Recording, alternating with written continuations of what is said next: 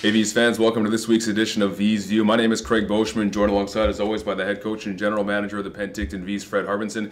Fred, it was rivalry weekend this past weekend against Vernon with a home and home. Picked up 3 out of 4 points, 3-2 win at home, a 2-2 tie on the road. By my standpoint, I thought they were two very entertaining hockey games.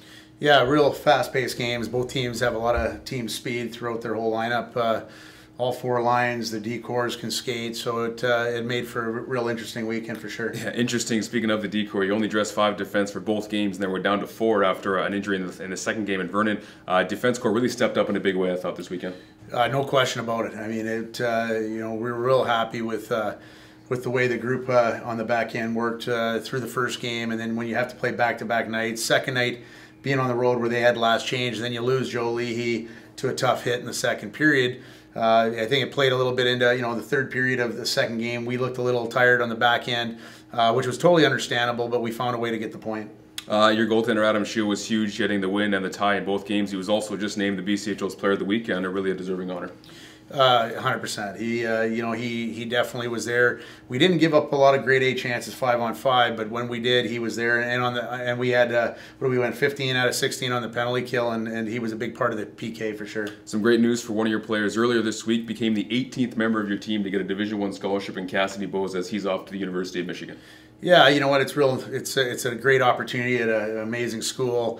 Both academically and obviously hockey-wise for Cassidy to be able to go to the University of Michigan, and we've had some Brendan Morrison came from this program back in the day and went there, and you got obviously Kenny Johnson, who's committed there right now on our team as well. So it's nice for Cass. He's been on a lot of different trips, visiting different schools, a lot of different options. It's nice for him to be able to put it behind him and just concentrate on hockey now. 2 games upcoming this weekend, starting off with a visit to the Merritt Centennials on Friday, a team you're very familiar with and one that seems to be picking up a bit of steam lately as well.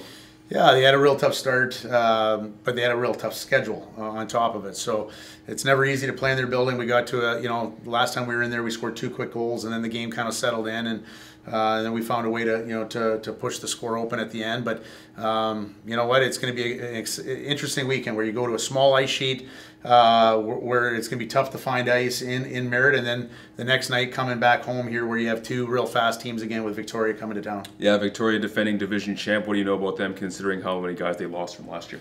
You know what? Their team speed is real strong again, and they've got some real high octane players. A couple of real young kids, 2 of the better 0-1s in the league, with Alexander on the back end and then Newhook up front. All right, Coach. Well, thanks for this, and best of luck this weekend. All right, thank you. We've got date night covered. Find movie listings from around the valley under the Our Town button. Click a poster and watch a trailer.